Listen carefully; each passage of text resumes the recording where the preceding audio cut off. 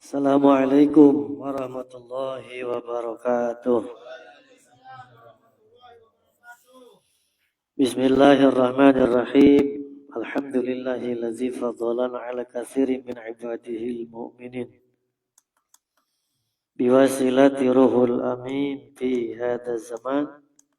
Syekhina wa mursyidina Syekh Muhammad Abdul Ghausifullah Maslul Al-Qutub As-Samadani Al-Mahdi radhiyallahu anhu wa qaddasala sirrah. Wassalatu wassalamu ala samsil mursalin wa kamarin nabiyyin wa sidrati muntahal arifin Sayyidina Muhammadin sallallahu al-hadi ila siratim mustaqim wa ala alihi wa ashabihi wa ala sairil anbiya wal mursalin wa ala alihi wa ashabihi ajma'in walhamdulillahi rabbil alamin amin. Ila hadrati syekhina wa mursyidin Syekh Muhammad Abdul Ghausifullah Maslul Al-Qutub As-Samadani Al-Mahdi radhiyallahu anhu wa radha wa qaddasala sirrah nafa'allahu bi'ulumihi wa asrarihi barakatihi fi darraini khairi dunya wal akhirah khairi dunya wal akhirah ajma'in. Al-Fatihah. A'udzu billah. Bismillahirrahmanirrahim. Iyyaka na'budu wa iyyaka nasta'in. Walladhdallin. Hadratal Muhtaram wal Mukarram yang sangat saya hormati, yang sama-sama kita muliakan, Guru Agung Syekh Mursyid kita, Pangersa Bahawas. Al-Mukarramin yang saya hormati, muliakan Allah, hadirin wal hadirat, zakirin wa zakirat, ikhwan akhwat, para pecinta kesucian jiwa yang sedang menuju hakikat keikhwanan. Teriring doa khususnya untuk Sohibul Bait, pemangku manaqib keluarga besar Bapak Haji Budi almarhum, Allahu yarham, putra putri mantu cucu adik kakak semuanya yang senantiasa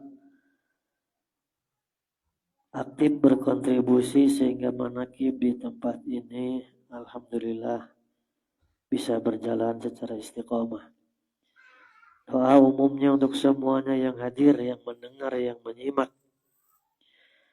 Dengan wasilah saya mursyid kita, Pangersa Abah, Allah jadikan kita semuanya orang-orang yang bertambah soleh dan solehah, sehat walafiat, panjang umur, Allah mudahkan segala urusan, Allah ijabah segala hajat dan cita-cita, diberi rizki yang mudah dan berlimpah untuk bekal ibadah, bekal dakwah, bekal khidmah, istiqomah, mudawamah, muttaba'ah ila ahli silsilah ila yaumil qiyamah. Berkah, karamah, wa syafa'ah Pangersa Bahawas. Al-Fatihah. Bismillahirrahmanirrahim. Alhamdulillahi rabbil alamin. Ar-Rahmanir-Rahim. Maliki yaumiddin. Iyyaka na'budu wa iyyaka nasta'in. Ihdinas siratal mustaqim. Siratal ladzina an'amta 'alaihim ghairil maghdubi 'alaihim waladdallin. Hadratal Muhtarramin wal Mukarramin, Bapak Ibu yang saya hormati. Ini ke belakang jelas ya Bu ya? Jelas. Kita bersyukur kepada Allah telah dipilih olehnya. Pakainya besar, olehnya. Menjadi orang-orang yang mendapat hidayah, talqin dzikir dan mau mengamalkannya. Jadi ini adalah anugerah. Anugerah yang sangat besar yang mesti wajib kita syukuri sebagai bukti bahwa Surat Al-Kahfi ayat ke-17 itu benar. Karena bagi orang yang tanda kutip dalam hal ini akan disesatkan oleh Allah, dalam arti dia tidak akan bisa sampai garis miring usul, garis miring makrifat kepada Allah, tidak akan sampai ke sana kecuali mesti melalui bimbingan seorang ahli makrifat. Sebagaimana bukti ayat surat Al-Kahfi ayat ke-17. Ada yang hafal, Ibu? Surat Al-Kahfi hafal? Ada yang hafal? A'udzu billahi minasyaitonir rajim. May yahdillahu fahuwa muhtad wa may yudlil falan tajida lahu waliyyan mursyida. Jadi kalimat mursyid itu Al-Qur'an. May yahdillahu fahuwa muhtad, barang siapa yang akan diberikan petunjuk oleh Allah. May yahdillahu fahuwa muhtad, pasti mendapatkan petunjuk, pasti. Walaupun dihalang-halangi, walaupun terbatas jaraknya. May yahdillahu fahuwa muhtad wa may yudlil falan tajida lahu waliyyan mursyida. Mesti dipahami, ayat ini ada wawu ataf. Ya. May yahdillahu fahuwa muhtad dilanjutkan dengan wa may yudlil. Di antara fungsi wawu ataf bukan hanya sebagai penghubung, tapi fungsinya adalah mutlakil jami'. Artinya satu kesatuan yang tidak bisa dipisahkan maknanya. Berbicara hidayah di situ terkait dengan mursyid. Artinya terkait dengan talqin. Jadi kalau boleh saya menafsirkan secara bebas, may yahdillahu fahuwa muhtad, barang siapa orang yang akan mendapatkan bimbingan talqin dari Syekh Mursyid, walaupun terhalang jarak, walaupun dihalang-halang, dibisikin yang tidak-tidak, fahuwa muhtad, pasti akan mendapatkan talqin. Wa may yudlil falan tajida lahu waliyyan mursyida, barang siapa orang yang akan disesatkan oleh Allah, maksudnya tidak akan mau menerima talqin, tidak mendapat bimbingan talqin yang hakikatnya dari Allah, maka kesananya falan tajida lahu waliyyan mursyida, maka dia akan menentang, menolak, tidak menerima. Siapa? Wali mursyid. Ini bukti, Pak. Ini saksi hidupnya Pak Ustadz Dani. Saya debat dulu ya. Tapi jangan sebut nama ya. Jadi debat dulu dia. Kalau saya kalah debatnya, dia tidak mau. Izin Allah, rek ngomong oke, ngak deh. Artinya sagulak pakai dalil saya mah. Lalu kieu kumaha? Dalil kieu. Lalu kieu kumaha? Dalil kieu. Akhirnya dia bisa ngomong dah. Dia bisa ngomong, talqin dipaksa. Walaupun dipaksa talqina, tapi bahasan lahnya. Kan baik. Dia, maaf, bapak ini mau talqin karena kalah debat gitu. Ini saksi hidupnya nih. Kan gitu. Nanti dulu. Apa ini talqin? Qurannya mana? Waduh. Hadisnya? Sahih. Terpercaya buka kitabnya. Jadi batul lah. Lama-lama rek nanya naon deui cenah saya teh. Atas? Sudah? Sok talqin? Mangga cenah. Basic cuci. Ya. Cuci gitu. Kan bae teh enggak apa-apa. Ya. Saking mahal-mahalnya talqin dikir. Mahal talqin dikir teh. Bahkan Ibnu Uyainah di antara generasi tabi'in kalau tidak salah, Ibnu Uyainah ini. Beliau menyampaikan di dalam kalamnya, tidaklah Allah menurunkan satu kenikmatan yang paling utama ke dunia ini kecuali ketika seseorang dikenalkan kepada la ilaha. Itu Uyainah itu dari, saya ambilnya dari kitab Hidayatul Azkiyah. Ada. Uyainah mengatakan, jadi talqin dzikir itu prosesi mengenalkan ruhani manusia kepada la ilaha. Siapa la ilaha illallah? Allah. Gitu. Karena la ilaha illallah adalah ismun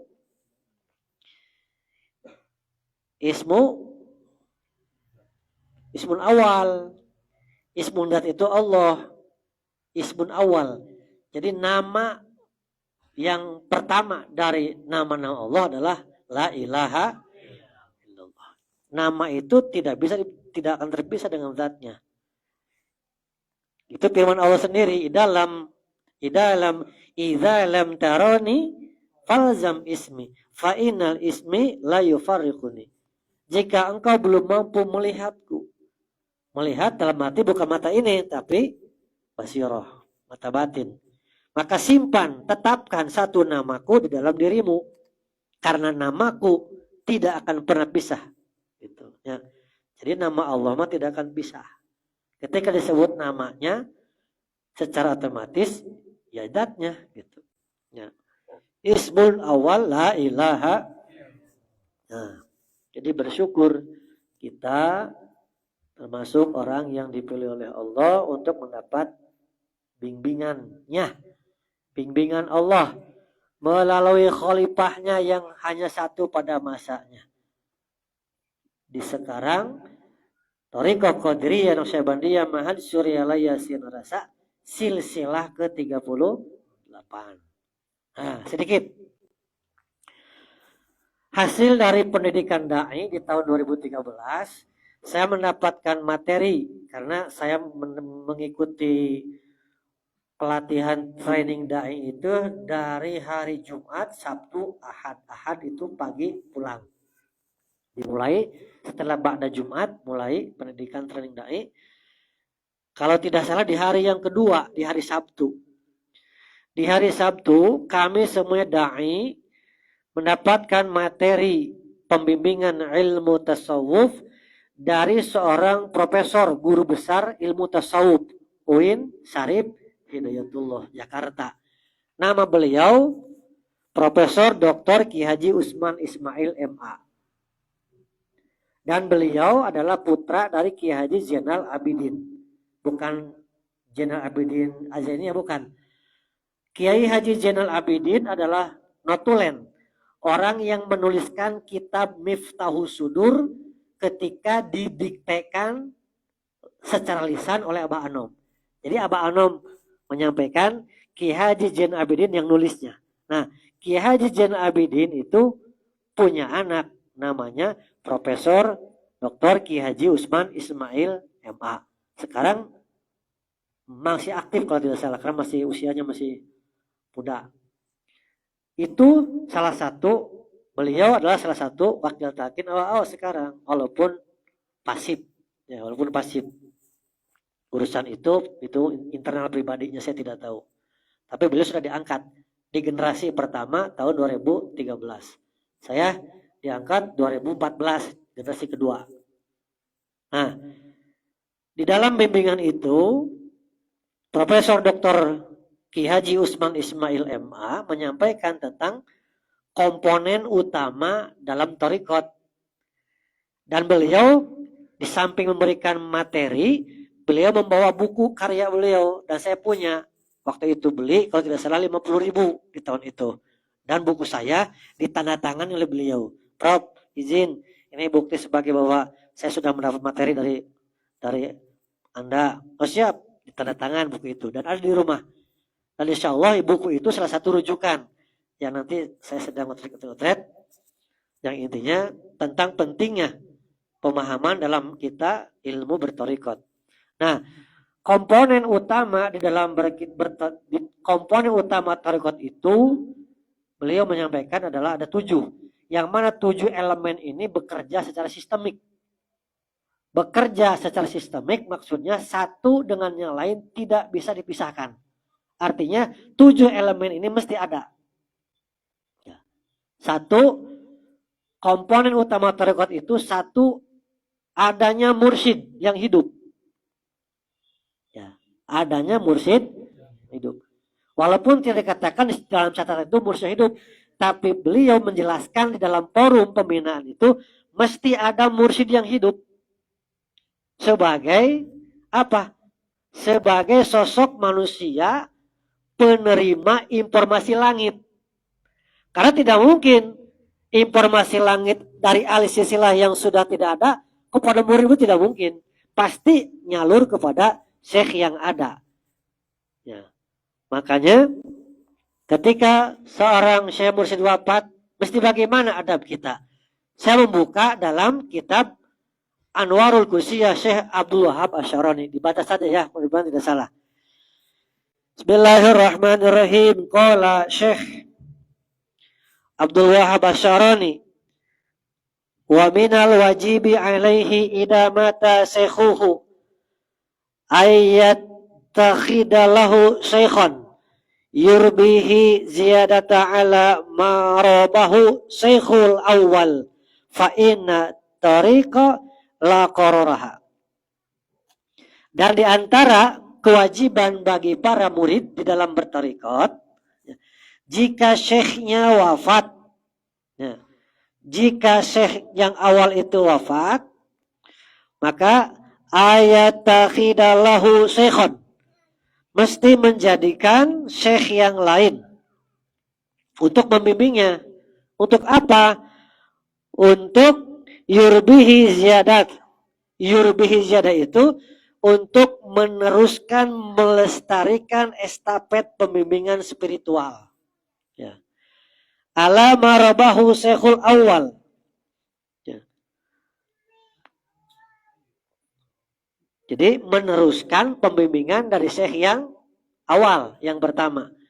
Jadi ketika dan di antara sebagian yang mesti dilakukan oleh seorang murid di dalam tarekat, ketika syekh mursyid yang awal wafat, mesti mencari syekh yang lain untuk meneruskan, melestarikan estafet pembimbingan dari syekh yang lain. Ya. Karena fa'inat tariqalla qaralaha, karena sesungguhnya tarekat itu terus berjalan, tidak berhenti sampai kiamat. Makanya mohon maaf, ada mubalik dari tarekat, sudah tahulah ya, oknum yang saya katakan, kalau sudah ditumpangi kepentingan pribadi, jadi bias menyampaikan keilmuannya. Sementara kitab-kitab ulama, kitab-kitab tasawuf berbagai yang saya baca, Anwarul Qusiyah, ya, yang paling jelas, Tanwirul Qulub, ya, menyatakan jika syekh mursyid yang awal wafat wajib mencari pembimbing syekh yang lain. Karena tadi tarekat itu tidak berhenti di bawah satu syekh. Bahkan kalau dibaca lebih panjang lagi, karena panjang saya hanya membacakan yang intinya saja. Selanjutnya beliau menyampaikan tarekat itu tidak mesti harus di bawah satu syekh. Karena tadi lakorlah terus berjalan sampai kiamat. Nah sekarang pertanyaannya, jika hanya sampai kepada Abah Anom, lantas siapa yang menjadi pintu masuk menuju hadrat Allah? Sementara syekh mursyid itu adalah alladzi, mereka adalah pintu masuk, yadkhulu minhu, pintu masuk menuju Allah. Kan 3 kata Abah Anom. Fal masayyih humut tariqatu ila Allah taala wa adilau ilaihi wal babul ladzi yadkhulu minhu ilaihi. Jadi para syekh itu dimulai dari syekh yang hidup, sambung menyambung kepada syekh yang sudah wafat, disampaikan kepada hadrat Rasulullah Muhammad sallallahu alaihi wasallam, disampaikan ke hadrat Allah Azza wa Jalla. Mereka semuanya adalah tariqat, jalan menuju Allah. Jadi Abah Anom mulainya dari sini berkata menjelaskannya. Para syekh itu adalah tariqat. Mereka adalah wal adila ilaih. Mereka adalah yang mengantarkan kepada tujuan. Mereka juga wal babul ladzi yadkhulu minhu ilaih. Mereka adalah pintu-pintu masuk menuju hadirat Allah. Nah, ke bawahnya dalam kitab Miftahul Usul pasal keempat, nanti ke bawahnya dibaca wa tujawibul arwahul masayyih minal syekhil hayyi ila Rasulillah sallallahu alaihi wasallam ila hadratillahi azza wa jalla. Jadi jelas Abah Anom sendiri menyatakan bahwa sambung menyambung pertanggungjawaban guru-guru para masyayikh mengurusi rohani para murid minal syekhil hayyi, mulai dari syekh yang hidup ila Rasulullah sallallahu alaihi wasallam, untuk disampaikan ke hadirat Rasulullah sallallahu alaihi wasallam, wa ila hadrati Allah azza wa jalla, dan untuk ditembuskan, diusulkan ke hadirat Allah azza wa jalla. Sebenarnya Pak, hal ini kalau misalnya kebeningan hati, tidak ada tanda kutip ya kepentingan perut, kenapa tidak disampaikan hal ini agar umat, khususnya para murid tarekat Qadiriyah, Naqsyabandiyah, Mansuriyah ya, terbuka wawasannya. Ini kalau dikatakan cukup sampai hanya Abah Anom, tidak fair kalau begitu. Kenapa tidak fair? Saya katakan, kenapa mesti ada sepuh? Berhenti saja di Mama Tolha. Kalau memang tarekat itu hanya sampai dalam satu syekh. Kenapa mesti ada berkelanjutan? Adapun di dalam sejarah memang dinyatakan ada yang ayahnya seorang mursyid tarekat, kemudian turunnya kepada anak ada. Ada juga sejarah menyatakan dalam sejarah silsilah kita, seorang syekh turunnya tidak kepada anaknya. Karena khirqah kemursidan bukan hierarki kerajaan, bukan estafet kepesantrenan. Kalau estafet kepesantrenan, iya, bisa jadi ayahnya seorang pimpinan pondok pesantren, pasti anaknya yang meneruskan. Kalau tidak, mantunya. Kalau kemursidan itu urusannya spiritual, bukan anak secara biologis, tetapi anak spiritual. Siapa saja murid yang mencapai tahapan spiritual di atas rata-rata, atas bimbingan saya mursyid yang awal, pasti turunnya ke situ. Seperti contohnya yang dari seorang guru kepada bukan anak, Syekh Ahmad Khotib bin Abdul Ghaffar As-Sambasi. Hirqah tarikatnya turun ke siapa? Hirqah turunnya ke, ayo, sejarah ini. Setelah Syekh Abdul Khotib sama, setelahnya siapa? Mama Tolha itu bukan anak biologis. Bukan anak biologis Syekh Ahmad Khotib bin Abdul Ghaffar As-Sambasi, bukan. Tapi anak ruhani, atau bahasanya anak spiritual. Dari Mama Tolha, turunnya kemana? Syekh Abdullah Mubarak. Walaupun ada klaim sepihak dari keluarga mengatakan Mama Tolha itu dua turunnya. Kalau luar keluarga ke Syekh Mubarak, kata satu versi. Kalau saya menyelusuri Pak, ini cerita sejarah ini, saya menyelusuri ini. Versi keluarga, katanya dari keluarga juga ada. Jadi versi keluarga menyatakan yang meneruskan kemursidan Mama Tolha bin Kiai Haji Tolabuddin itu putranya Mama Ali Zainal Abidin. Mama Ali Zainal Abidin turun ke Abuya Kiai Haji Muhammad Yahya bin Kiai Haji Ajhari, pesantren Darussurur. Yang saya dulu mengambil ijazah Baiat Thariqat Qadiriyah Naqsyabandiyah, jalurnya saya ngambil dari Buya Mamad bin Ki Haji Azhari. Buya mendapatkan khirqah kemursidan dari Mama Ali Zainal Abidin. Mama Ali Zainal Abidin mengambil mendapatkan kemursidan dari Mama Tolha ayahnya. Itu satu versi menurut keluarga. Saya katakan ini sejarah mesti fair. Saya mencari dan bertanya kepada ketika itu di Trusmi ada wakil talqin Abah Anom yang langsung dari Duriyah Mamatolah walaupun jauh. Raden Rohim. Raden Rohim itu wakil talqin Abah Anom.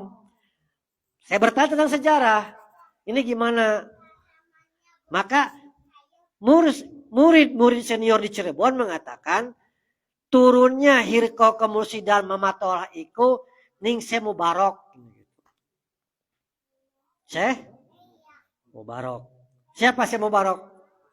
Abah Sepuh.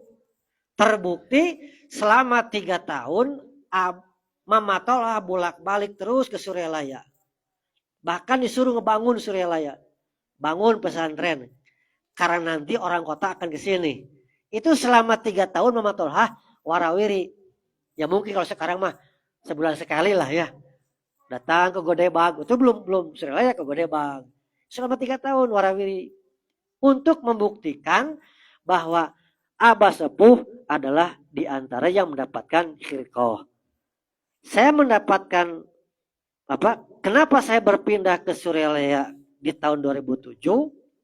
2003 saya mulai bertorikot, 2007 suruh pindah ke Abah Anom. Karena saya bertanya mencari, ini sebenarnya dari Mama Tolha kemana yang jelas. Nah, di Suryalaya saya mendapatkan penjelasan sejarah tentang 9 murid dirinya diuji dengan bantal.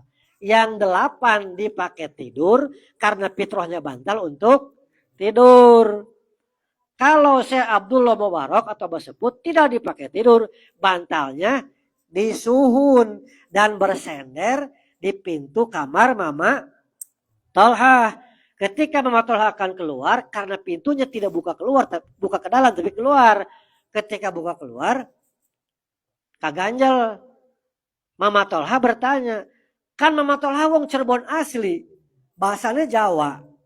Tapi bertanya ketika buka pintu kaganjel, nanya, sah yuk, gitu. Sah yuk.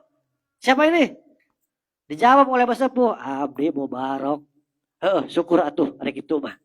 Yang lain bantalnya dipakai tidur, Mama Abah Sepuh disuhun di kepala dan bersender di pintu kamar Mama Tolha.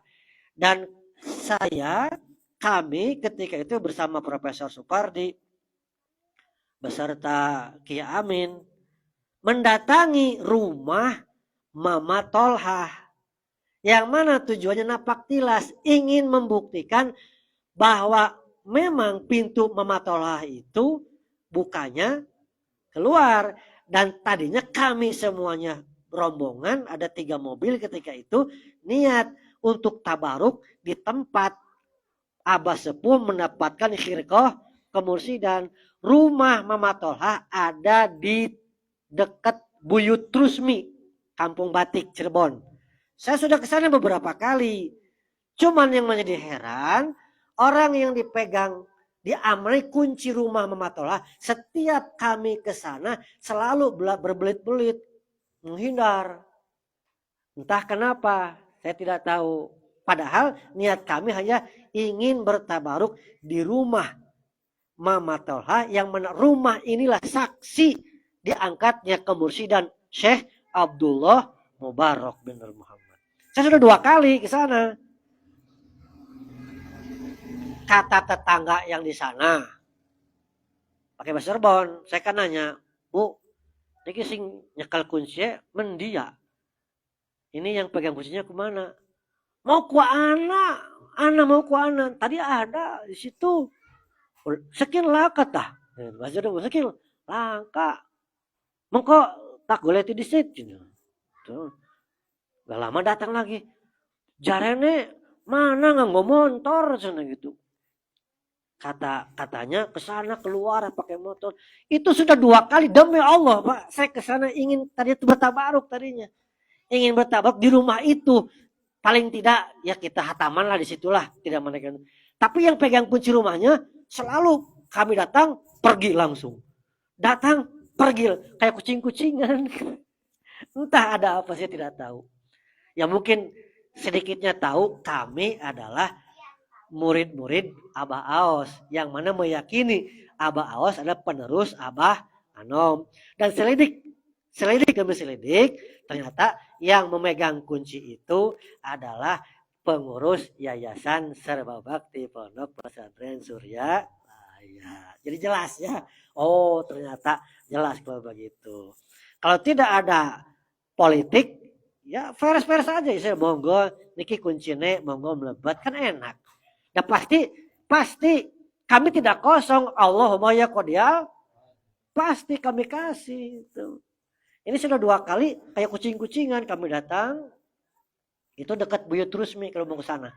Jadi Buyut Rusmi itu pemakaman yang temboknya serba merah, bangunannya merah juga, merah, ada tempat holwat di tempat dulu Buyut Rusmi. Nah, di sebelahnya itu rumah Mama Tolha. Sampai sekarang masih ada rumahnya. Alhamdulillah sudah noong-noong di jendelanya. Kosong, nggak ada yang nempatin, kosong rumahnya. Tadinya kalau diperbolehkan mau masuk ke situ, mau kita hataman lah, walaupun mungkin hataman singkat. Tapi tadi yang pegang kuncinya kucingan. Nah, jadi satu komponen utama tarekat itu adalah mursyid yang jelas ya. Tadi kata Syekh Abdul Saroni, ketika saya wafat mesti mencari untuk meneruskan pembimbingan. 2, murid. Ini komponen utama tarekat, murid. Aroda yuridu irodatan bahwal murid. Orang yang punya kehendak keinginan sampai kepada Allah. Kalau bertarekat sampai kepada Allah. Jadi murid. Dari aroda yuridu irodatan bahwal murid. Orang yang punya keinginan. Dari murid kemudian mesti ada wirid. Wirid. Apa itu wirid? Berbagai macam ucapan-ucapan dan perbuatan-perbuatan yang dilaksanakan secara kontinu dan berkesinambungan. Itu wirid namanya. Makanya ada wirid jenis bacaan, ada wirid jenis pekerjaan. Contoh, sholat pagi-pagi dari mulai isrok sampai sholat duha. Itu juga wirid sama. Wirid golongan perbuatan. Bacaan-bacaan, khataman, kemudian apalagi? Kemalaikatan, apalagi? Allahul latifun bi ibadihi yarzuq. Itu juga wirid sama. Jadi berbagai macam ucapan, perbuatan yang dilakukan secara kontinu dan berkesinambungan. Itu namanya wirid. Kemudian yang keberapa? Yang keempat, ya, baiat atau talqin. Talqin itu prosesi seorang murid untuk dipersatukan rohaninya dengan gurunya. Jadi transfer of value. Apa value di sini? Ma'rifat. Seorang mursyid ahli ma'rifat. Maka murid adalah tadinya goflah dengan talqin dzikir dijadikan menjadi ma'rifat. Bahkan Syekh Abdul Wahab meneruskan dalam kitab ini, rohani seorang murid seperti ring besi. Ketika dia belum punya guru mursyid, hanya setunggal, satu ring besinya. Tapi ketika dia mendapatkan talqin dari Syekh mursyid, membentuk satu mata rantai yang tidak putus. Sambung menyambung menjadi satu. Seperti rantai pada Garuda Panca, jadi terus ring besi. Di talqin dzikir itu untuk mengikat rohani murid dengan syekhnya yang masih hidup dan seluruh ahli sil. Terus sambung menyambung. Talqin. Atau baiat. Nomor berapa itu? Ayo nomor berapa? 4, 5. Silsilah atau sanad. Mesti jelas. Tadi ketika ditanya, saya kalau ditanya dulu tarekatnya di mana? Saya di sini. Kenapa saya selalu menyebutkan saya tarekat awal? Tidak termasuk orang yang bersyukur kalau tidak mau berterima kasih kepada orang yang telah berjasa. Salah satu cara terima kasih saya selalu menyebut guru mursyid saya yang awal. Karena saya tidak akan sampai ke Thariqat Suryalaya kecuali saya diantarkan oleh guru saya. Maka saya selalu menyebut, saya ke Suryalaya, saya ke Abah Anom atas perintah Abuya Ki Haji Muhammad Yahya bin Kiai Jahari. Dawuh beliau, jung teruskan tarekatna di ditu di Abah Anom, suhunkeun keberkahan ilmuna di Abah Anom. Pindah ke sana. Makanya saya kenapa menyebut tujuannya berterima kasih. Ya. Kita semuanya seperti ini ada jasa guru-guru kita. Awas. Jangan setelah bertarekat jadi suul adab nganggap kepada guru SD kita tuh mantan guru saya misalnya.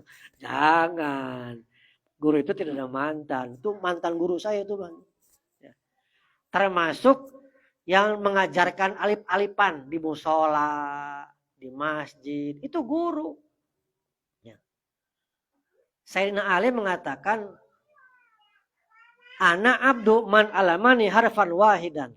Kitab ta'lim muta'alim, kitab wajib santri di pesantren. Ya, kalau pernah ngaji pasti bahas itu. Ya. Ana abdu man alamani harfan wahidan.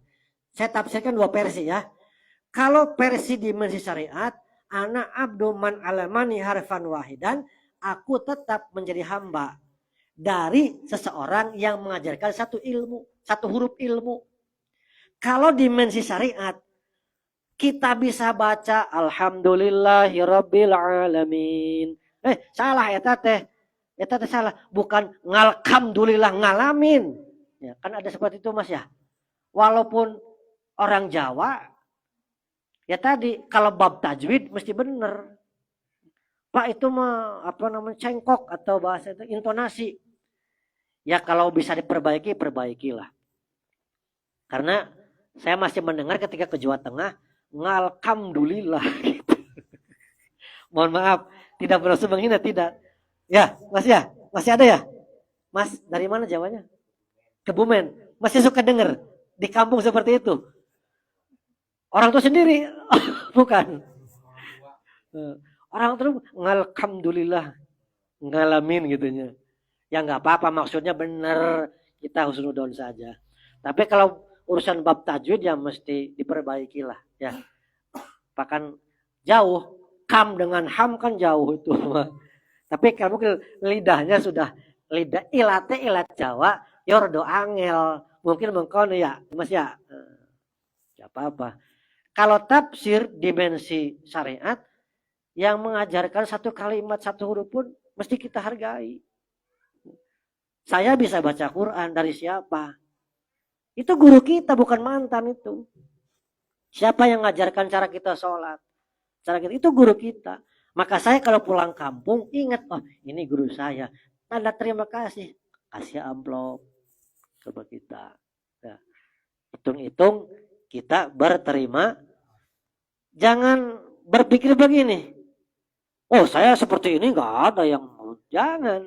Kita sampai hari ini seperti ini banyak jasa orang lain. Satu, guru, orang tua, istri. 3 ini. Coba kalau nggak ada istri, maaf ada nyentuh. So, doa yang terdekat bagi suami dari istrinya, gitu. Orang tua jadi turun. Tapi tetap kita tidak akan seperti ini kalau tidak ada orang tua. Orang tua adalah guru tentu.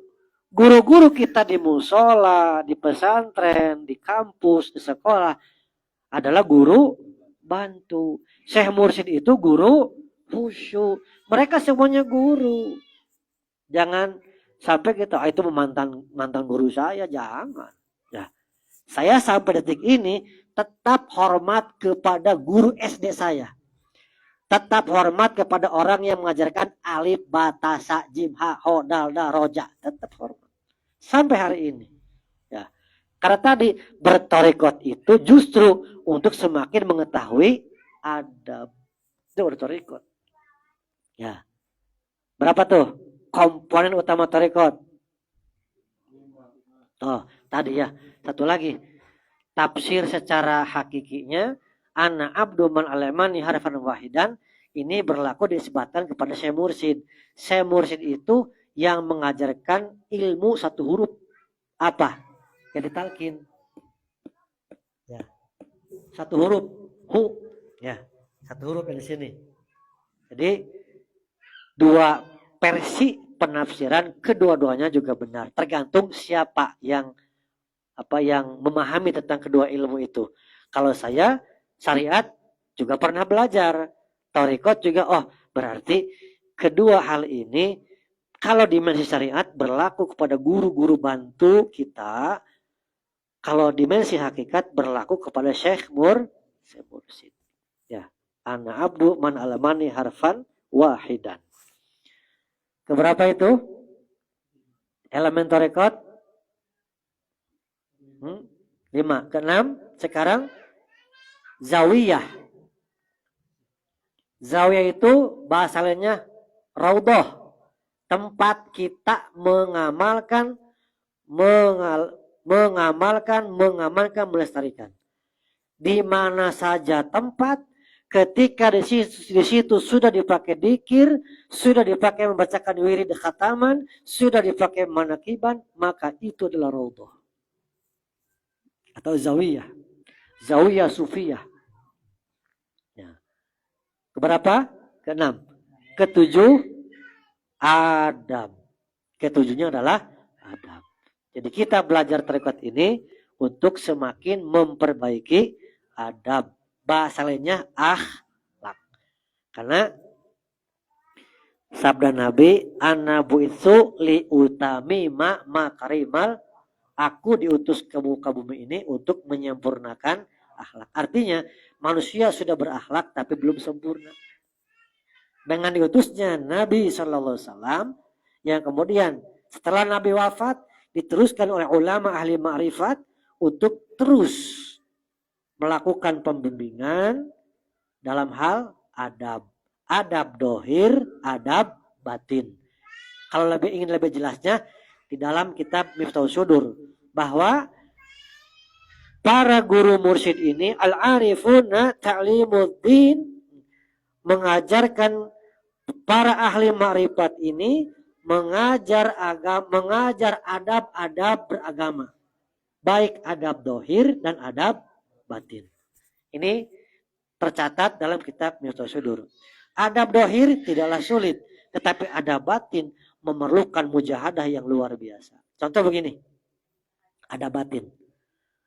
Bapak, ibu lamun sholat berjamaah kieu make baju saaya-aya isin boten, make baju saaya-aya sholat. Ketika banyak seperti ini, make baju saaya-aya. Bapak-bapak, kalau sedang berjamaah make baju saaya, contohnya make kaos, sholat penting sholat gitu. Ketika banyak orang, malu apa tidak? Tapi lamun keur sorangan osok henteu. Kalau mau tukang teh ada tulisan Oskadon pancen oye gitu. Atau yang paling repot gambar partai coblos nomor. Itu adab sebenarnya. Jadi ketika kita termasuk orang beradab, ibadah salat kita ketika ada orang atau banyak orang atau sedang sendirian, adab kita rapi, tetap seperti sebagaimana, itu bagian dari adab. Itu adab batin makanya. Maka kata Abah Anom, adab batin itu lebih sulit daripada adab dohir. Karena adab batin itu memerlukan mujahadah yang kuat. Agar bisa terrealisasi adab itu bukan karena ada siapa atau ada apanya. Tetap pakai rapi. Makanya kan bangsa Abah nyontohannya rapi salatnya. Yang minimal parameternya salat kita kalaupun di rumah boleh pakai baju biasa, nu penting mah parameternya era tuh lamun ondangan sakitu we. Kalau kita ke ondangan malu, makanya pakai salat tuh malu itu. Nah, 7 komponen utama di dalam bertorikot. Nah, hafal tuh nya hafalkeun we gampang lah teman, karena ini bekerja secara sistemik. Sistemik itu satu sama lain tidak bisa dipisahkan. Artinya ketujuh komponen ini mesti ada. Nah, satu lagi sedikit tentang memahami ayat dan hadis Rasulullah Sallallahu Alaihi Wasallam. Surat Ali Imran 102. A'udzubillahi minasyaitonirrajim.